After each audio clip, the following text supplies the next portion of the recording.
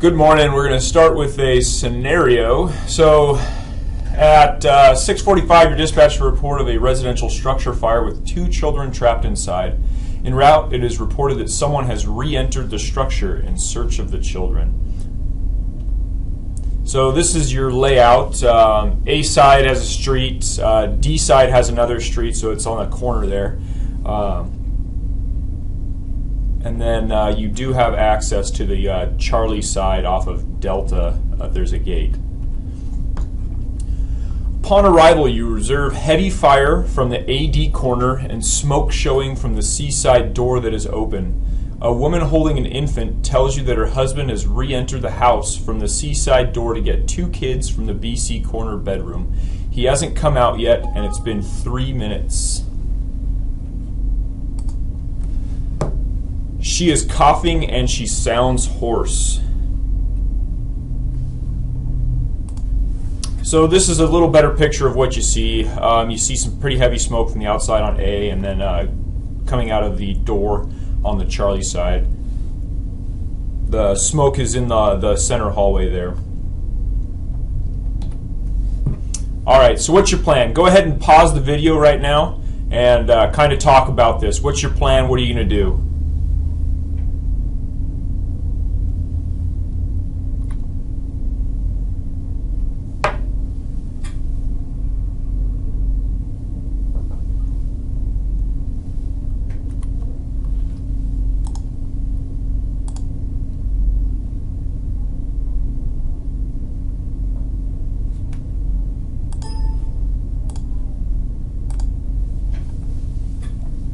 Alright, so you know that you have at least 2 patients already. You have the infant in her arms and the lady that's coughing. So you're probably going to need at least 2 more medic units. And you have the possible 3 more patients on the inside of the structure. Equipment-wise, you need maybe a second alarm, probably a second alarm. Any other resources? Are you thinking you're going to need PD or someone for fire investigation, or possibly a rehab unit, Cascade if needed? What are your first alarm assignments? I hope you guys talked about that.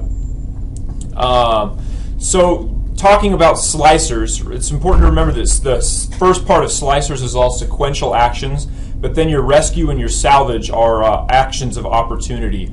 And of course, in this scenario, rescue is going to be your primary objective. You can replace the house, but not the people inside of it. So they entered the Charlie side trying to rescue the victims in the master bedroom. They were going to go through the master bath there on the Delta side, or I'm sorry, the Charlie side. But when they opened up that door, it opened into that sliding pocket door that you see there on the master bath. Both of those are sliding pocket doors, and they were unable to locate the door at all. They tried to go through the kitchen into the hallway, but they were pushed back by heavy fire and smoke and high heat conditions. After they failed at that, they did a window-to-door conversion on the master bedroom Charlie side. There's a big window there. They pushed in and grabbed the 2 victims, 1 and 2 that are circled there, but they were already deceased. The third victim was the guy that went back in. He was found like 8 feet in that Charlie side door there, up against the wall. So he kind of went in and then dropped immediately. So that kind of underscores the importance of early and efficient vent, enter, isolate, and search. So I'd like to thank Jack and Ryan for helping me out with this PowerPoint and getting me all set up to give you guys this lecture. All right, imminent rescue. So when we go and we have an imminent rescue, it's important to remember to ask yourself, what's the fastest and safest route to your victim? Many times it's going to be the front door, but there's going to be times where it's not. The back door may be the most appropriate, or windows. If you, in this case here, let's say that you have victims on, if this is the Alpha side, the Alpha Bravo first floor there, which is subgrade. Is it going to be fastest to go through that front door, or is it going to be fastest to go through a window? I think we're probably all on the same page. It's probably fastest to go through the window. But again, this one you have super easy access. You're going to be able to knock that window out and just jump in right there. Of course, it changes depending on the floor plan and the elevation. So what is VEIS? It's a high-risk, high-reward targeted search of a room for a known victim from the outside in. If it's done with the deviation from 2 in, 2 out, the info needs to come from someone with first-hand knowledge of entrapped victim. And that's coming directly from the WAC. The state mandates that if we deviate from 2 in, 2 out, we have to have first-hand knowledge. We're going to kind of challenge the idea that it's high risk. There's actually never been a line of duty death from anybody performing VEIS, and for some scenarios it may actually be your safest way of getting in and getting a victim out, primarily because you have a secondary means of egress that you take with you when you perform it. So you're going into one room, searching it. If things go bad, you have a ladder right there. You've already identified it.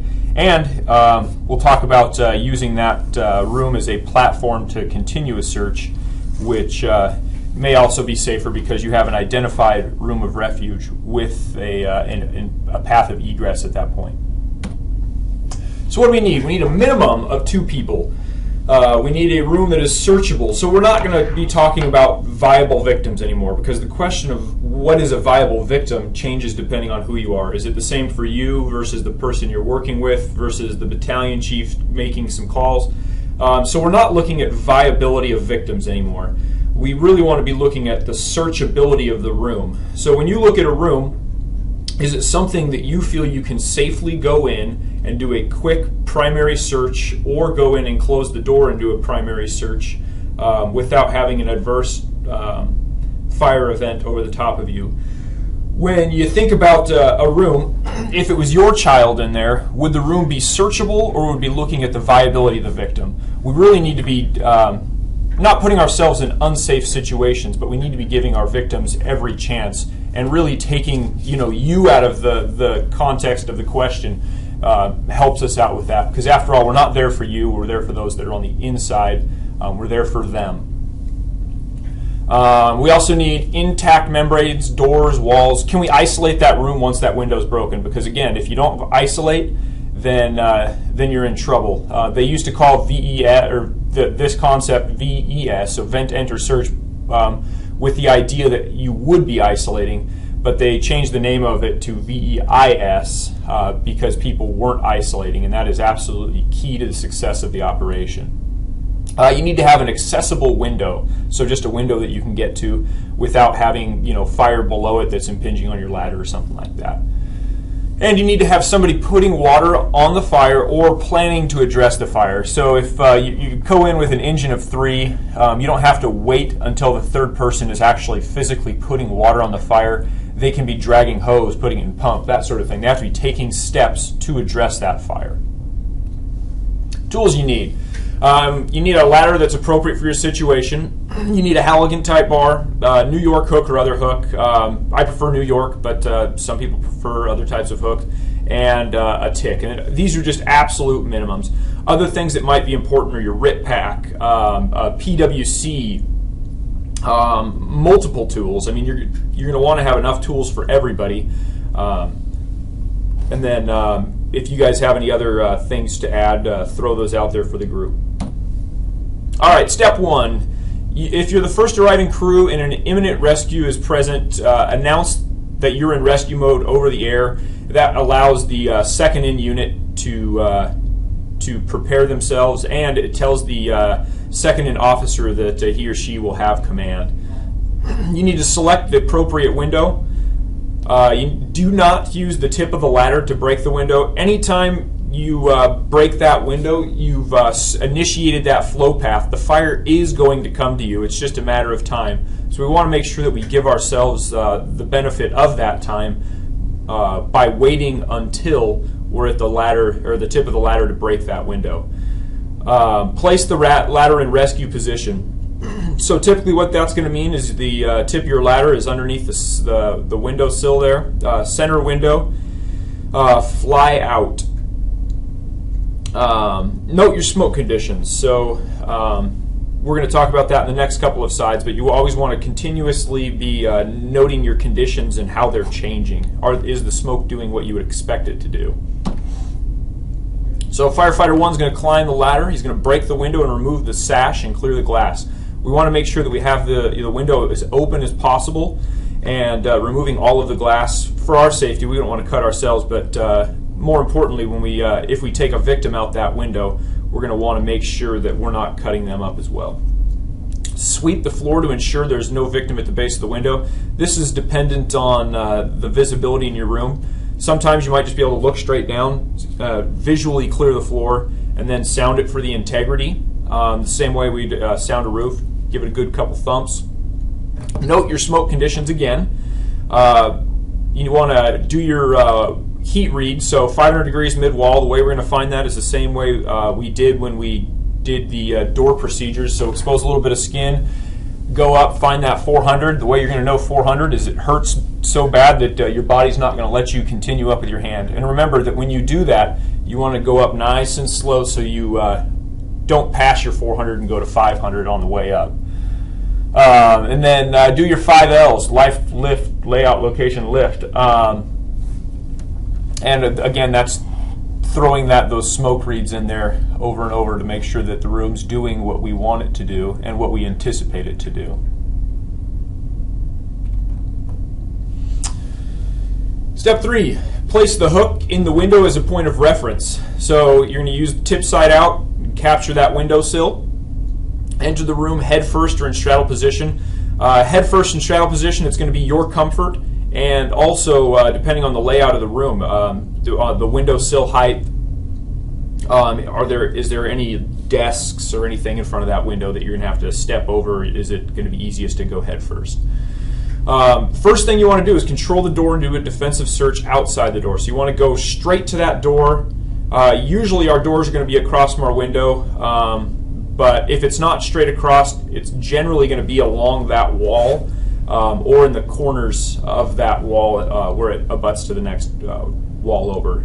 If you're on, if you read the outside of the house, let's say that the window you're VESing or VEISing is the CD corner, you can already rule out 2 walls that absolutely aren't going to have any doors, right? The C and the D. Let's say that you jump in the window, and on your way to the window, or on the way to the door, you encounter a victim. What do? Are you going to crawl over that victim, or are you going to shut the door, or are you going to rescue that victim right away? The right answer, the most amount of time, is going to be pass over that victim and close the door. The reason that's important is because you want to limit that IDLH for that victim. So as soon as you close that door, you're limiting your IDLH. You've got a ventilation opening, which is the window, and so closing that door is going to clear out some of that smoke. And it's important to remember that you may have more than 2 victims. So let's say that you rescue that victim. It takes you 3 minutes to do that, and you have the products of combustion continuing to blow over your head. The room's getting hotter. Well, what happens if that person's husband or wife is 5 feet away? You didn't identify that. You're actually taking their chances away of a successful recovery. So it's important to isolate that room as quick as possible. And then firefighter 2 is going to climb the ladder and is going to be the oriented man on the ladder with the tick. Depending on the smoke conditions, the firefighter 2 with the tick is going to be able to guide the firefighter 1 straight to the door, and he's going to be able to do kind of a primary dirty search with that tick looking for victims. Step 4. Primary search of the room. If a victim's found, notify firefighter 2 and the IC. Hopefully firefighter 2 will do all the radio communications here because it'll make it a lot more efficient. You want to triage the victim and the fire conditions. So is it that your victim's going to be able to climb down the ladder on their own, or are they unconscious, unresponsive, and you're going to have to do all the work for them? Well, is it going to be easiest for us to wait until the fire's out, again, dependent on the fire conditions, or is this a victim that's going to have to come down the ladder immediately to get medical care? Do you have the resources immediately available to extract the victim, or should you shelter in place while the plan is developed? What this is saying is, if this is a 300-pound bedridden person, you're going to have more than 2 people for that. Your options are to do a window-to-door conversion, which is just cutting down the window to the floor and then pulling that section of wall either in or out. Parallel ladders, putting 2 ladders parallel, and both of them at a shallower angle is going to reduce the amount of workload for the rescuers. And then an alternative exit. It's important to remember that, hey, if we're getting this fire out, taking them out the front door is probably going to be a lot easier and a lot safer than taking them out this window. Step 5, remove the victim from the structure. So however you've identified your plan, you're going to take them out that way. If you need to move the ladder to an adjacent room to perform a search, you want to make sure that firefighter 1 and firefighter 2 are switching positions so that way they're using the most of their air. Air management is going to be key, especially since the people on the inside don't have air. All right, what's next? Is it safe to search the adjacent areas or the remainder of this floor from this searched room? You guys tell me, what do you think? It's going to come back to your conditions, right? So what's the hallway conditions? When you went and you did your door control and you did a quick search of the defensive search of the hallway there, did you see fire? Did you see heavy smoke conditions with high heat? Or did you see lazy smoke? Those are going to obviously be 3 very different scenarios there. What's the integrity of your searched room? Is it going to act as a room of refuge for you? If you search off of that room, you're absolutely going to need that primary room to be your room of refuge. What's the proximity of the fire? Is it right next door? Is it down 2 flights of stairs and on the opposite end of the building? Is there a TAC team in place? And are they winning or losing? Is this a fire that we're thinking is going to be out in a couple minutes, or is this a fire that we think is going to actually run the attic and collapse the building at some point? And then what's your crew's capabilities and limitations? This is going to be the number 1 on everything. If you and your crew aren't ready to perform this sort of a rescue or this sort of a search, then you shouldn't do it. If you can't do it safely, you don't do it.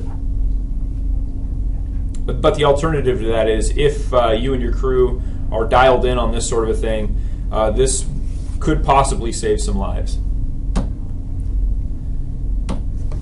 So the pros and the cons of expanding the search to the remaining floor.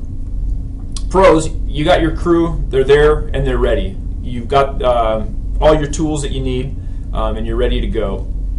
If the victim wasn't found in their last known location, it's likely that they're in a path of egress. So you'll be searching some of this path of egress while you're doing your search. And it's the hose line will hopefully be picking up the rest of that primary search on their way to the fire. You have primary, which is your stairs, and secondary, which is your ladder means of egress. So you have 2 forms of egress already. And you have a room of refuge identified. So the cons, you have an unknown status of your primary egress. You don't know if those stairs are impinged on by fire. But a way of mitigating this is you would have a second ladder thrown to a room in the direction of your search. So if you're in the, let's see, the BC corner and you're going to search towards the Delta side, have somebody maybe throw a ladder to the CD corner. And again, this is all dependent on the size of your building. If it's a center hallway occupancy like the Vineyard or the Loyalty, throwing to opposite corners may not be the best thing. Maybe throwing it 3 or 4 rooms down would be a better tactic. And then another con, this is a low frequency atypical tactic. This isn't something that we've traditionally done a lot of. We've laddered buildings, we've laddered windows, but we almost never do searches from those ladders, and we almost never take people out on these ladders. The only way of overcoming low frequency and atypical tactics is by drilling with your crew. Again, like we talked about in the previous slide, capabilities and limitations. The more we practice and the better we get this at this stuff, you're going to expand your capabilities and limit your limitations. So practice, practice, practice. And I think we're going to do some of that on Thursday. All right, is it safe to continue your search? So you've asked yourself that question and you've decided, yeah, it's safe to continue. So the remaining crew is going to bump forward to assist you. So if you've got a guy butting the ladder and the firefighter 2 at the tip of the ladder, they're going to bump forward and give you a hand. You want to advise the IC of your intentions. So Engine 2011, continue primary search of the second floor from the CD corner. It should be done with his knowing, because he may be seeing another picture from the opposite side of the building. He may tell you, no, that's not a good idea. You want to maintain your searched room as a room of refuge through door control. Again, the isolate. The only way you're going to be able to maintain that room of refuge is to isolate that room. So you want to close that door, and you want to place a tool outside of that door. Here we see a picture of Station 82 with a Halligan placed across the hallway there. The reason you want to place it across is because if, let's say that we're searching away from us, so towards the front of Station 2 there, and there's an adverse fire condition, maybe we've got high heat that's starting to drop down with visibility that's decreasing, and we need to hustle back to this room of refuge, we want to make sure that we have something that stops us right there. We should be having an oriented man, but this is just one more safeguard. And then we want to continue that oriented search. And that's why ideally you'd have at least 3 people bumping forward to continue this. Can you do an oriented man search with 2 people? Yeah, it's just not as quick or as efficient. So now you've asked yourself, is it safe to continue the search? And you've decided that no, it's not safe. You want to withdraw from that searched room and continue searching rooms from the exterior. So like we talked about earlier, if you go to the next room, you want to flip-flop people. So firefighter 2 is going to be the first person to go up and search that room, and isolate that room, I should say, and then search it. And firefighter 1 would be the man at the tip of the ladder. If all searchable areas have been exhausted, notify command that VEIS is complete.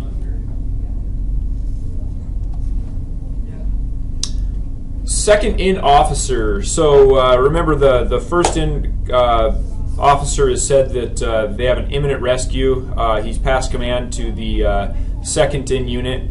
So the second in officer is going to initiate command. He's going to ask for a CAN report from the VEIS crew. So their conditions, actions, error, and needs. He's going to complete that 360 because we don't know what, if any, 360 has been accomplished prior to their arrival. He's going to establish command and extinguish the fire and support the extraction if needed. Again, like we talked about, big patients are going to require a lot of manpower. If you're doing parallel ladders, let's say off of a window cut down or a window to door conversion, I mean, depending on the surface that you're laddering, you could need 2 people to butt the ladders, 2 people on the ladders, and 2 people in the room. So you could possibly have the need for 6 people just to extract the patient or victim from the fire room, or the VEIS room. All right, going to go ahead and play you guys a quick video.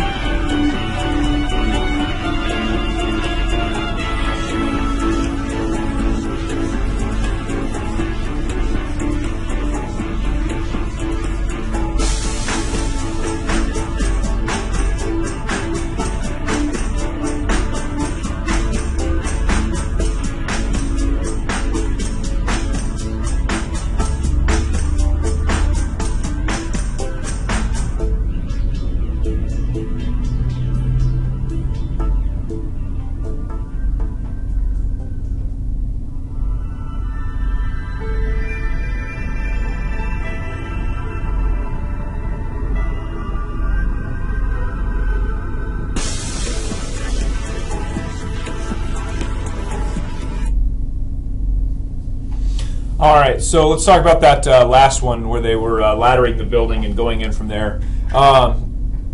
Little tricks that'll save you a lot of time is the guy who's throwing the ladder isn't going to be the primary guy to go in that window. You notice that Ryan, he was actually the first in officer on that. He identified that there was an imminent rescue. He called for the ladder and his crew. He masked up so that way he would be ready to go in and perform the VEIS as soon as that ladder was thrown. So I don't care if you're a jack piper that is able to mask up in 10 seconds, or me, what, 3-4 times longer than Jack, but you're going to lose time if that same person throws the ladder and then goes up the ladder. So somebody else should be masking up while they're waiting for that ladder to get there, so that way we can get that victim rescued as soon as possible. The angle of that ladder, as you might have noted, was shallow. It was done that way on purpose because, again, we're that scenario, they were going, there was an imminent rescue, they knew there was somebody in that room, so they were throwing the ladder in a manner that they would be able to safely and easily extract the victim out. So shallowing up that angle, that was why Eric stayed there footing that ladder as well. One more.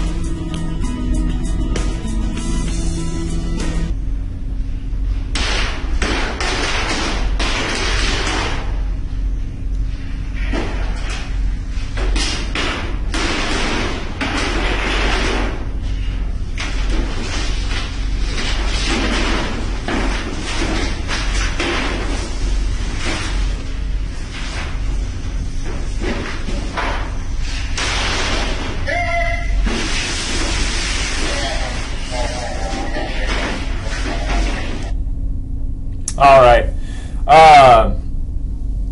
So let's talk about why we're taking a quick look at the hallway as a defensive search. So 44% of victims that are found in structure fires are found in bedrooms. 10% are found in hallways. So our chances of finding them in that hallway aren't great, but 10%, I mean, if we can search that area that's immediately available to us, why not? So that's why we're doing that. And again, that video showed, going over a victim and isolating that room prior to dealing with the victim if you encounter them on the way to the door. So what is VEIS not? It's not to be used for unknown victim searches unless manpower allows for 2 in, 2 out. So if we get there and we have no intel of a victim being in the house, it's just 3 o'clock in the morning and we suspect there's people in the house, you still have to have 2 in, 2 out for that. Not to be used without firefighting efforts, as we talked about earlier. Someone should be preparing to attack or actually putting water on that fire. It's not the only thing that needs to be accomplished, because again, when you rescue a victim or you extract the victim, sometimes the easiest and safest manner is not going to be through that window. And really, if you have a 300-400 pound person, it's going to be really, really difficult to get them out of that window, even if you absolutely have to. So if you can extinguish that fire and take them out through the front door or some other way other than a window, you may be way better off. It's not for victim recoveries. We shouldn't be taking dead bodies routinely out of fires anyways. And when you do, you should only do so after consulting with the IC and possibly law enforcement and a fire investigator. So not to be used for victim recoveries. And it shouldn't be used in conjunction with a PPV attack. That's pretty self-explanatory. We're already initiating a flow path when we break that window if that door's open. The last thing you want is an accelerated flow path being pushed over you due to a PPV attack. So. All right, so searching a series of rooms, you got to look at your triage factors. Rooms above a fire should be triaged a little more heavily. Rooms adjacent to fire, you want to look again at your searchability profile. So when you're assessing your searchability profile of a series of rooms, you want to make sure that you're doing the greatest good for the greatest number, similar to any other triage we do on an EMS call. If I have one room that I'm going to be able to VEIS, but then the other two rooms are not going to be searchable by the time I get there, is it better for me to do VEIS on the other two rooms and triage the other one out? So again, you got to look at what's the greatest good for the greatest number of people. I'm not saying to go to the easiest window, but you definitely have to use a little bit of logic and thinking behind the searchability profiles. Flow path considerations. Where's the fire going right now, and where's it going to be going in the future? And then available resources. If I show up and there's a lady standing on the front step and she says there's two people still in the house, one of them's a 30-pound child, and the other one's a 400-pound adult victim who's bedridden. I'm probably going to go for that 30-pound child because I know that I'm going to be able to get them out. It's not a question. If they're where she says they are, I'm going to be able to go right in, get that 30-pound child out with only probably two people. Versus that 400-pound adult, you got to triage him and say, listen, am I going to be able to get him out in time? Yes, no. Do I have the available resources coming in a reasonable amount of time to even initiate it? Sometimes leaving that window intact until you have the people that are there to actually initiate that rescue is better off than breaking the window. So just different things you got to look at. All right, so what could go wrong during VEIS? You could have a rapid fire event. In this case, you would abandon the structure through your laddered window. Your PPE will provide you no more than about 15 seconds of protection in a flashover event, so you need to make sure you immediately get out. And once you're out and safe, you need to notify command. You could have multiple or large victims. So again, maintaining the integrity of your room while you're awaiting your resources. Remember that you can breathe air through your SCBA, but the victim's breathing that air that's in the room, which could be nasty. So it may be that you need to request a mask and an SCBA, or maybe the RIP pack for the victim. To extract the victim, consider window-to-door conversion. This limits the lifting of the victim and lowers the ladder level 3 or 4 feet. Parallel ladders will cut the weight in half. Two firefighters will have to do the lifting while descending the ladder. And remember that shallowing the ladder angle transfers some of that weight to the ladder into the wall. So work smarter, not harder. But when you do shallow your ladder angles, it's important, again, that those ladders be footed by 2 other firefighters.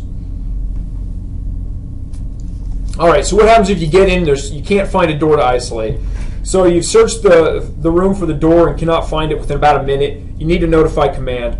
Most rooms will be about 10 by 10 or smaller. In this amount of time, you should easily be able to locate that door. If you've searched all the walls and haven't found the door, it's likely that it's closed and your condition should be improving. If they're not, you need to expedite your search and get out. If you find an opening but there is no door, there may be like a curtain rod or the top of the door has been burned away. you still need to limit the ventilation profile and the flow path by removing a closet door or a bathroom door and placing it over the opening. And a hallway door will most likely open into your room, where a bathroom or walk-in closet will most likely open away from the room. So think about your houses in your masters, which way those doors open. The door can be removed by placing the adze end of your Halligan into the open door on the hinge side and about the middle of the door, and rotating the adze 90 degrees up or down. And that should span it enough to get it off. If you need to continue on the upper and lower hinges, go for it and do that. A door can also be removed by placing an axe or a wedge into the open door, again in the same spot, the middle of the door, and slamming it closed. That should spread it off of the frame. Then you're going to place that door in the opening. Let's say you go into a room and there's no other doors in there. You can use a mattress and place it over the opening, but obviously this isn't the preferred method due to its flammability and permeability. And remember, if the searchability is deteriorating and it's becoming unsafe, you need to withdraw and notify command. You may find the fire while doing your defensive search outside your VEIS room. In that case, that's awesome, because now you've located the fire. You've saved your attack team a lot of time and effort also. So you want to isolate the fire room instead of the VEIS room. If there's heavy smoke or significant heat in the hallway, it may be necessary to isolate both doors, but you absolutely must isolate the fire room. That's going to limit the amount of oxygen it gets and protect everything else. You want to radio the IC and notify him or her of the location of the fire. And remain at the fire door until you're relieved by the attack crew. The integrity of that door is what's protecting all other possible victims in the structure and limiting the IDLH to them. All right, can we VEIS a first floor? Yeah, of course. Here's a picture of Corey. Note that the roof hooks are facing out. That's just so we didn't damage the building. Obviously, you would use those hooks to capture that the window frame there. Let's see. That on the right-hand side of the picture, I didn't even notice that was there. Someone told me it was there, but that's your attic ladder. That shouldn't be used for rescue purposes. Here's a picture of him climbing in on the Halligan also. But you may also have things on scene that you can use, such as buckets, HVAC units, or anything else you can use just to get a little bit of height advantage if needed. All right, can you VEIS the second floor? Of course. Yeah, a 24-foot ladder can be capable of almost laddering at almost any second floor windows. This is the Sacagawea south side. You might recognize it. Third floor. Can you ladder or can you VEIS a third story? Maybe, right? It depends on what apparatus you're on. What size ladder does your apparatus carry? What is your staffing level at that particular time? And what's your ground surface? Here again, Corey is laddered the third floor window of the Sacagawea. This is on the east side of the southeast corner. We used the roofer to get to the third floor there. We've used the 24-foot just to get to this, but it's likely that we could have swapped the ladders and used the 24-footer there also. So what about the fourth, fifth, or sixth floor of the Sacagawea? Well, if we go back, remember that picture that we just saw, if we did use the 24-footer, of course we can ladder that fourth floor there. But not all buildings are that way. So can we VEIS the fourth, fifth, or sixth? Maybe. Again, it just depends on what apparatus you're on, what you're staffing, what's the ground surface, your topography, is it accessible to the ladder truck? That's going to be huge, right? We're not going to get to the sixth floor of any building by ground ladders. And what's the condition of your victim? Are they able to close their own door and shelter in place while we take care of the fire problem? So let's say we have somebody hanging out that southeast window there, and they got some light smoke coming over the head of them. Can we tell them to go in, close their door, and kind of shelter in place while we take care of everything else? Or do they need to be extracted right now? Can you VEIS a basement? Yes. Here's a picture of Spokane. They did a first floor window to door conversion, and then they cut away a section of the floor to have the victim self-extricate. That's an example of extremely skilled craftsmen who know exactly what their capabilities and limitations are. All right, one more video here.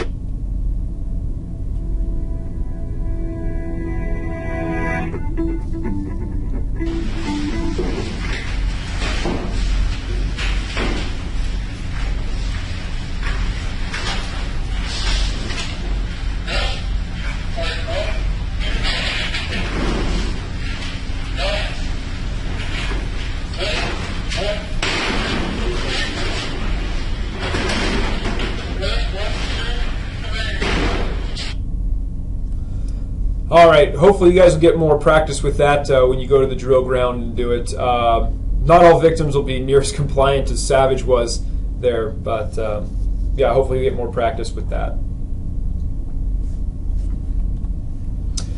All right, so the next 3 slides are just scenarios. Go ahead and pause and talk about them as a crew.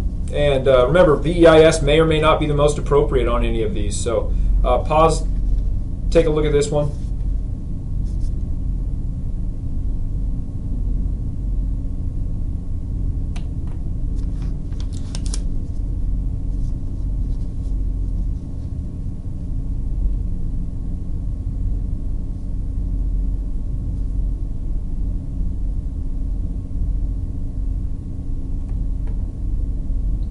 This is actually one from Yakima recently, so if anybody in the room happens to have any more information on it, they successfully VEIS this room, but I don't know all the story, so I think Jack Piper, Ryan knows a little bit more about it, but kind of a cool story.